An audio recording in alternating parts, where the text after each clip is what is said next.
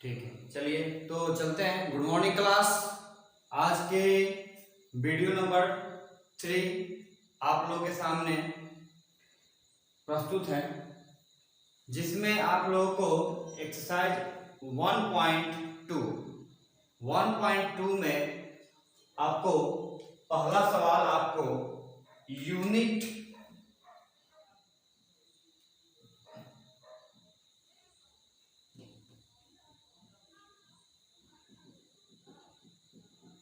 Unit 1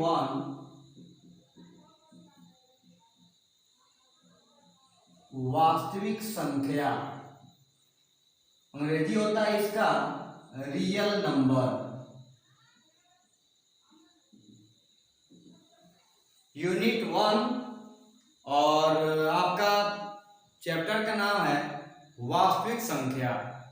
वास्तविक संख्या में आपका जो 1.1 है प्रश्नवाली वो तो खत्म कर दिया गया है, लेकिन आज आपका वीडियो नंबर 3 जो आप लोगों को 1.2 में पहला सवाल लेके आएंगे। तो आपका पहला सवाल क्या है, ध्यान दीजिएगा बोर्ड पर।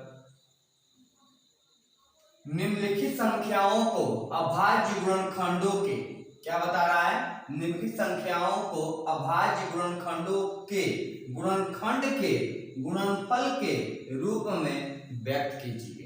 ठीक है, ये सवाल बहुत ही इजी है। सबसे पहले इसमें हम ये बात को जानकारी हमें हो जानी चाहिए कि कह क्या रहा है कि इसमें अभाज्य गुणनखंड की बात की जा रही है। किसकी बात की जा रही है? अभाज्य गुणनखंड की बात की जा रही है। ठीक है, तो अभाज्य गुणनखंड की बात क्या कही जा रही है समझेंगे। यहाँ पे जो है, यहाँ पे सबसे पहले हम ये समझेंगे कि अभाज्य गुणनखंड क्या होता है। पहले यहाँ हम ध्यान से देखेंगे।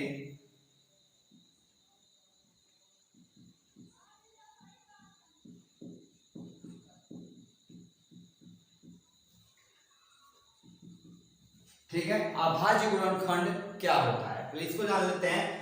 इसका परिभाषा होता है, दी गई संख्या में जिस संख्या से भाग लगे, कह रहा है कि दी गई संख्या में जिस संख्या से भाग लगे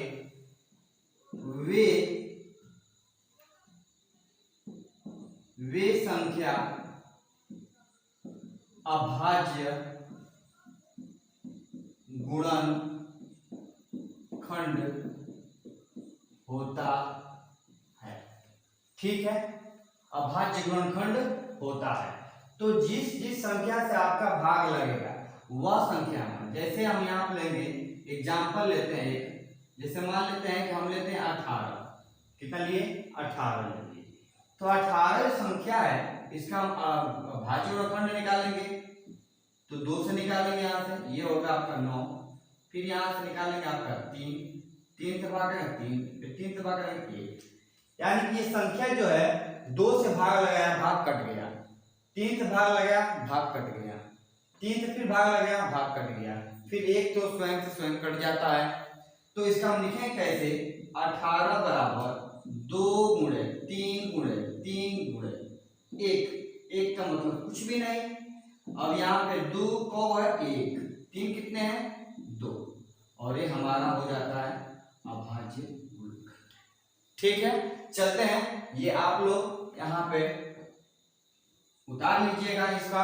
हम चलते हैं सवाल की तरफ। पहला सवाल क्या है, ध्यान दीजिएगा, सॉल्व करेंगे। यहाँ से पहला है 140। पहला सवाल क्या है? 140।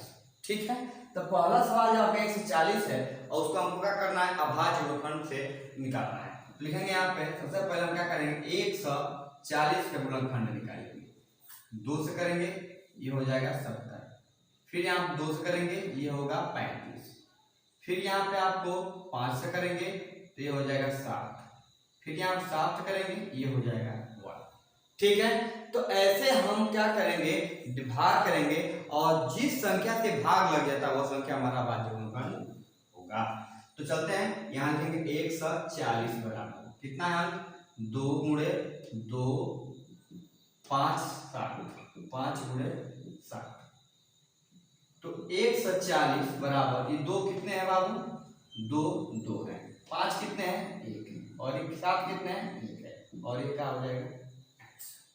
ठीक है, तो ये आपका पहला सवाल कितना बेहतर तरीका से बन गया।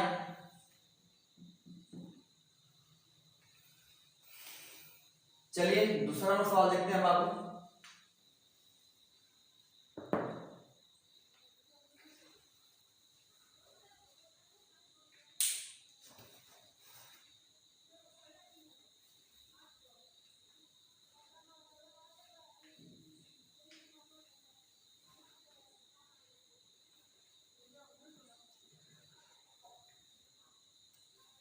चलिए 2 नंबर सवाल देखते हैं हम लोग। 156 कर लेते हैं, सॉल्व करेंगे इसके लिए। तो 156 को हम डिवाइड करेंगे 2 से, 2 से करेंगे कितना होगा यहाँ पे, तो ये 7 हो जाएगा, इससे करेंगे कितना होगा 8 हो जाएगा। ठीक है, फिर हम 2 से करेंगे, 2 3 6 2 9 18, फिर यहाँ 3 से करेंगे, 3 करेंगे 3 3 तरीका 9, और फिर 13 करने 13, फिर इस 56 को लेकर आएंगे यहाँ पे। 156 बराबर कितना होगा, 2 2 3 13, 2 गुणे 2 गुणे 3 गुणे 13।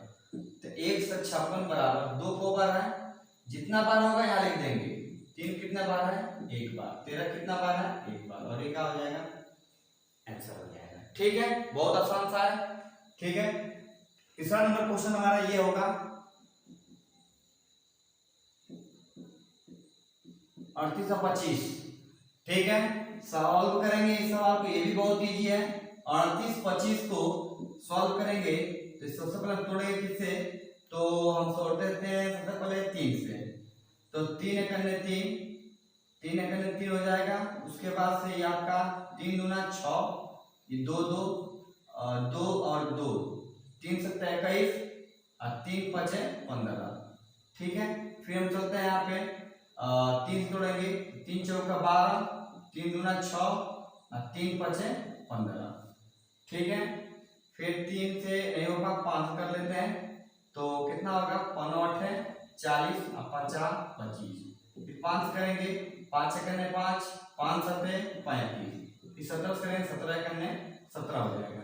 ये आपका यहाँ पे 38 और 25 बराबर 3 3 5 5 17, 3 3 3 5 5 और कितना होगा 17। तो कितना होगा 38 25, ये आपका हो जाएगा 3 के पावर 2, 5 के पावर 2 और 17 के पावर 1, और ये क्या हो जाएगा आंसर।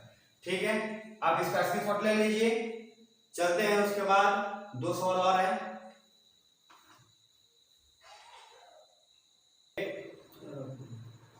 ठीक है, हो गया, उतार लिया, स्क्रीनशॉट ले लिए। चलिए हम इसमें आपका 4 नंबर सवाल चलते हैं।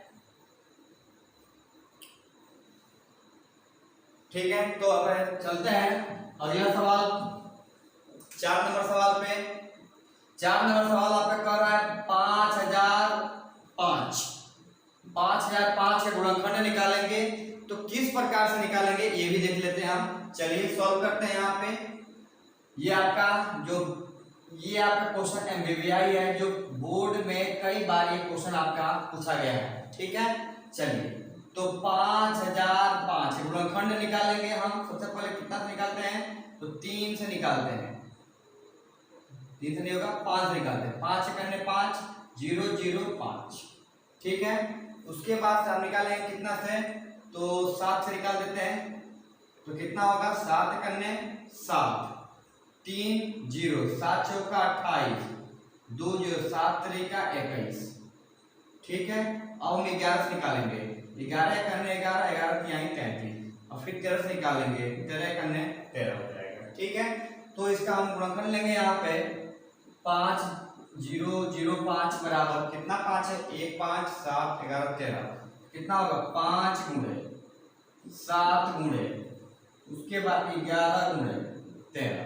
तो 5 0 0 5 बराबर 5 1 हो जाएगा, 7 1 हो जाएगा, 11 1 हो जाएगा और 13 1 हो जाएगा और ये हमारा क्या हो जाएगा, आंसर हो जाएगा। ठीक है, चलिए इसका आप स्क्रीनशॉट ले लीजिए। अगला सवाल उतारते हैं हम। चलिए ठीक है, तो 5 नंबर सवाल पे चलते हैं। आपका 5 नंबर सवाल आपका कहेगा 7429 नंबर। इसके गुणनखंड निकालेंगे, सॉल्व करेंगे। यहाँ पे 7 4 2 9 गुणनखंड निकालेंगे इसका। सबसे पहले हम इसे तोड़ेंगे 17 से, तो कितना नंबर 17 चौका 3 7, ठीक है। उसे 19 लेंगे, 19 दूना 19 3, फिर यहाँ पे 23 लेंगे, 23 करने 23, ठीक है। तो अब इसका हम लेंगे यहाँ पे 7 4 2 9 17 19 23, 17 गुणे 19 गुणे 23, इसका बनाएंगे 7 4 2 9 बराबर 17 एक बार, 19 एक बार और 23 एक बार, और ये हमारा क्या होगा, आंसर। और ये क्वेश्चन भी आपके बोर्ड के माध्यम से काफी एमबीबी आई है। ठीक है, चलते हैं हम नेक्स्ट सवाल पे। आप इसका स्क्रीनशॉट ले लीजिए।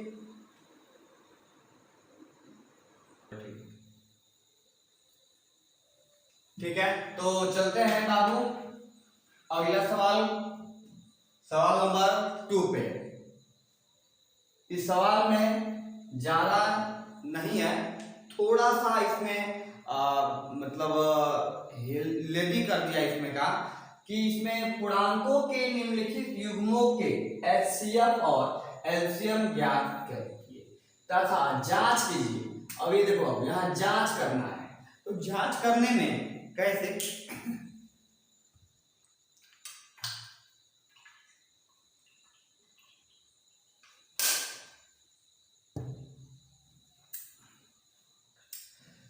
ध्यान दीजिएगा। सॉरी, थोड़ा सा गला फंस गया। कह रहा है कि पूर्णांकों के निम्नलिखित युग्मों के एचसीएफ और एलसीएम ज्ञात करना है। पहले हम क्या काम करेंगे, एचसीएफ और एलसीएम पहले सबसे पहले क्या करेंगे। सवाल नंबर 1 लेते हैं, यहाँ ध्यान दीजिएगा। पहले हम सबसे पहले 26 का गुणनखंड निकालेंगे, 2 करेंगे 1 3, 13 करने 13, फिर यहाँ पे 91 के लेंगे, यहाँ पे 3 से करेंगे, नहीं हो पाएगा, नहीं हो पाएगा, तो 7 करते हैं, 7 करने 7 और 7 तरीके 21 और 13 करने 13, ठीक है। दोनों गुणनखंड निकल जाए। इसका गुणनखंड यहाँ लिखेंगे 26 बराबर 2 गुणे 13 गुणे 1, और यहाँ पे आपका 26 बराबर यहाँ लिखते हैं 91 बराबर 7 गुणे 13 गुणे 1, ठीक है। तो 26 बराबर जो है 2 गुणे 13 गुणे 1 और 91 जो है आपका 7 गुणे 13 गुणे 1 है, ठीक है। हमका निकालना है सबसे पहले क्या, एचसीएफ। एचसीएफ का मतलब क्या होता है बाबू, एचसीएफ का मतलब ही होता है कि जिसमें दोनों संख्याओं में जो मैचिंग कर ले। चलो देखते हैं क्या क्या मैचिंग कर रहा है। तो पहले सबसे पहले हमारा 1 मैचिंग किया, उसके बाद से 13 मैचिंग कर गया, 2 संख्या हमारा मैचिंग कर गया, तो हमारा यहाँ लिखेंगे HCF बराबर कितना, 13 गुणे 1 बराबर कितना होगा 13, और ये आपका क्या निकल गया, आंसर। फिर हमारा निकालना होगा एलसीएम, तो एलसीएम के लिए होगा LCM।